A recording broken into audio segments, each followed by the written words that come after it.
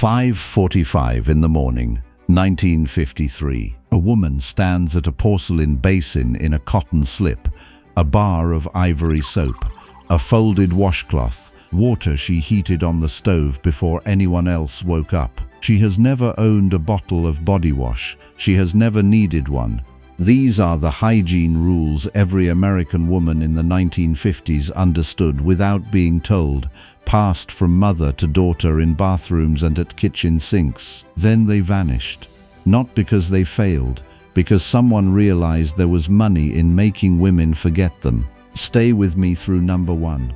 It's the entry that stopped me cold in my research, the darkest thing on this list, and the most important. You'll want to know. 10. The morning Listerine gargle. Every morning began at the sink with a capful of Listerine held in the back of the throat for a full 30 seconds, not swished, gargled. The amber bottle, the paper label, the burn of eucalyptol and menthol hitting the soft palate. Eyes watered. You held it. You did not spit early. A bottle cost 49 cents and lasted a month. It wasn't about the fear of bad breath the magazine ads sold. It was about starting the day clean from the inside out. There was something clarifying about that burn, a signal the day had begun.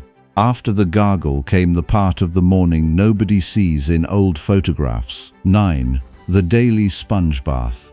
A full bath was a weekly event, but every single morning she stood at the basin and washed her entire body with a warm cloth and ivory soap, face and neck first, under each arm, behind the ears.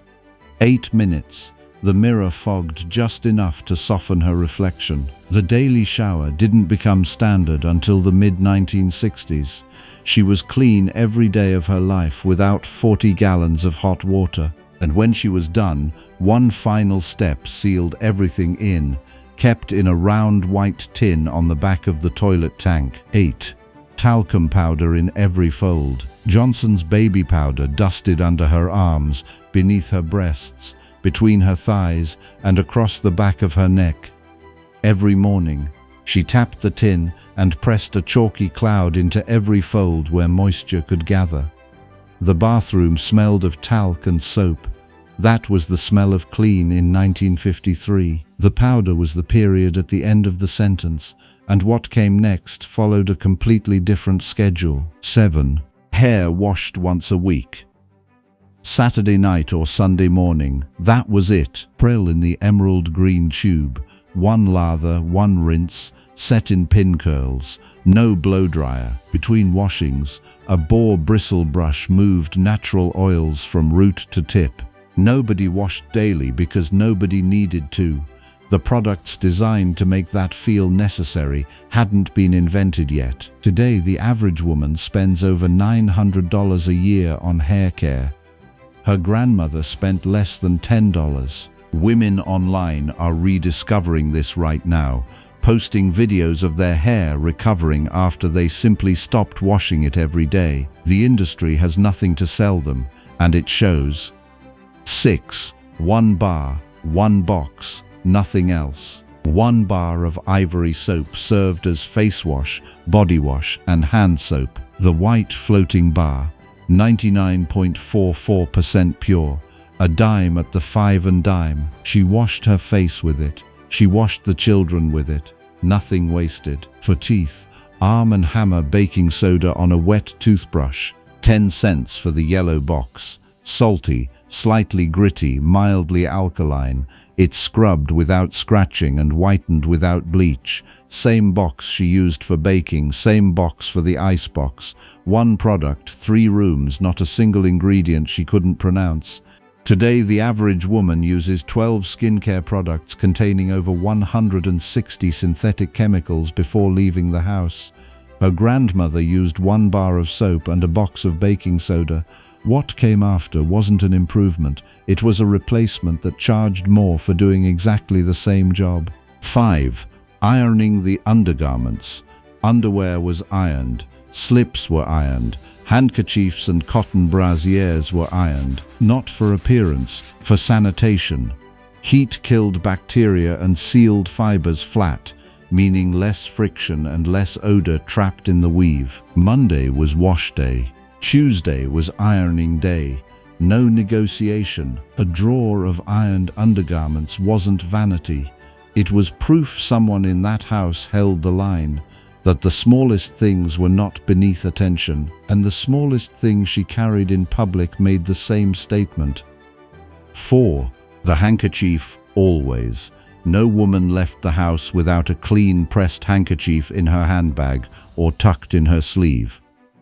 White cotton folded twice, a dime at Woolworth's, washed that night, ironed the next morning, back in the handbag by 7. It said something without a word. I am prepared. I can handle what comes. I will not leave a mess behind me. That same quiet self-sufficiency lived in every drawer of the house, including the one that smelled of cedar and kept decades of labor safe. 3. Cedar and camphor in every drawer. Every dresser drawer, every garment bag, every linen closet held a cedar block or a camphor ball. Moth prevention was not optional. Lane cedar chests sat at the foot of every bed. If you ever opened your grandmother's closet, you already know that smell. Decades later, one whiff of cedar and you are 10 years old again in her hallway. She wasn't protecting fabric, she was protecting labor, every garment hand-washed, pressed and folded. A moth wasn't an inconvenience, it was an insult. Not everything she protected was visible. Which brings us to the 2 entries that say the most about this era. 1, a quiet act of dignity, and 1, a betrayal hiding in plain sight. 2, the slip under every dress.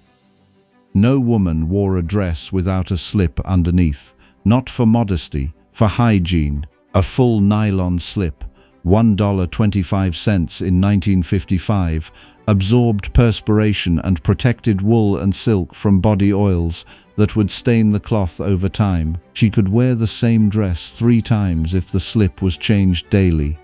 It washed in the sink in 2 minutes. The most practical garment in her closet, and the one nobody remembers. The cleanest part of her routine was the part no one ever saw. 1. The rule that should never have existed.